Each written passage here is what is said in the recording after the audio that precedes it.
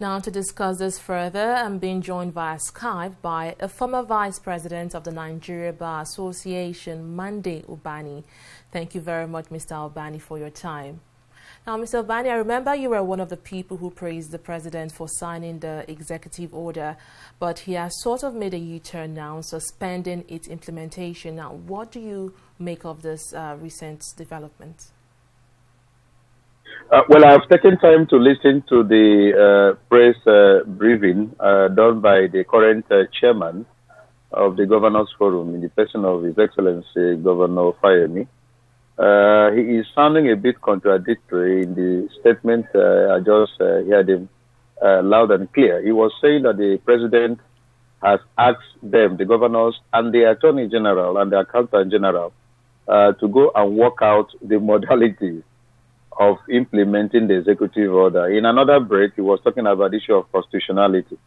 If you have been in agreement with the federal government of Nigeria to work out the modality of how to implement the provision of the constitution, you cannot in another break be talking about the unconstitutionality of an act. You have agreed to go and work out the modalities. And if you watch out that press briefing, it is done only by the chairman of the Governors Forum. I didn't get to hear the side of the presidency in this matter, or hear the side of the Attorney General or the Minister of Finance. And so going to go and work out the modalities on how to implement the provision of the Constitution, which is actually what the executive order was meant to achieve, means that you are in agreement with the executive order. It means you are in agreement with the provision of the Constitution. So there is no issue of the executive order being in abeyance. Maybe because the executive order has been not gazetted does not mean that it is not effective if you are working out the modalities of implementation, which means you are in agreement with it. So I don't see any problem at all. There is no question of the president soft pedaling on the issue of the executive order in order to ensure financial autonomy to the other two arms of government. But before now, people have been saying governors might kick against the directive, and now we have seen something like that happen. As a legal practitioner now, what genuine reasons do you think these governors might have against this order? They don't have any genuine reason other than a selfish reason, which has always been the problem we have in Nigerian governance. We have a situation where the governors are interfering with the local government funds over the years, and nothing has been done up to now in a more practical manner to stop the misappropriation of the government fund that has been going on by the governors.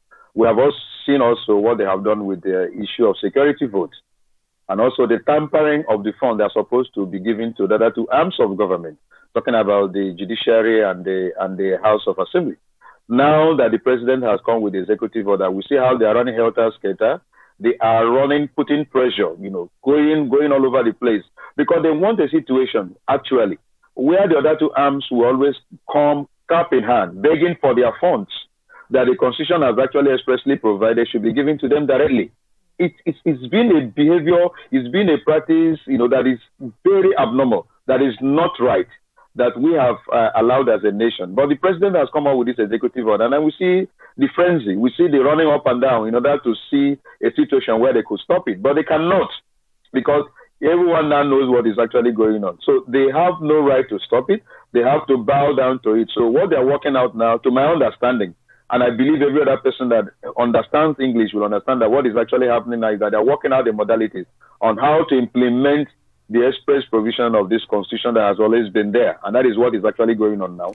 And we'll be surprised, and I will be totally shocked if the president of this country, if the Attorney General of this nation will back down on that executive order without implementing the financial autonomy that is a provision of the Constitution. I will be very shocked. I will be totally disappointed. But I don't think that is actually what is going on now. What is actually happening is that they're working out the modalities on how to implement it so that any other governor that fails, that refuses, or neglects to implement that provision, the money will be withdrawn as source whenever they come for their federal allocation. That is what that executive order is going to. Maybe to really not to bruise ego, the president also say, allow you, go and work out the modalities. That is actually what is going on. There is no backing down. There is no stopping the implementation of that order. It's only go and work out the modalities and agree among yourselves. Well, thank you very much, Mr. Ubani, for your input right there.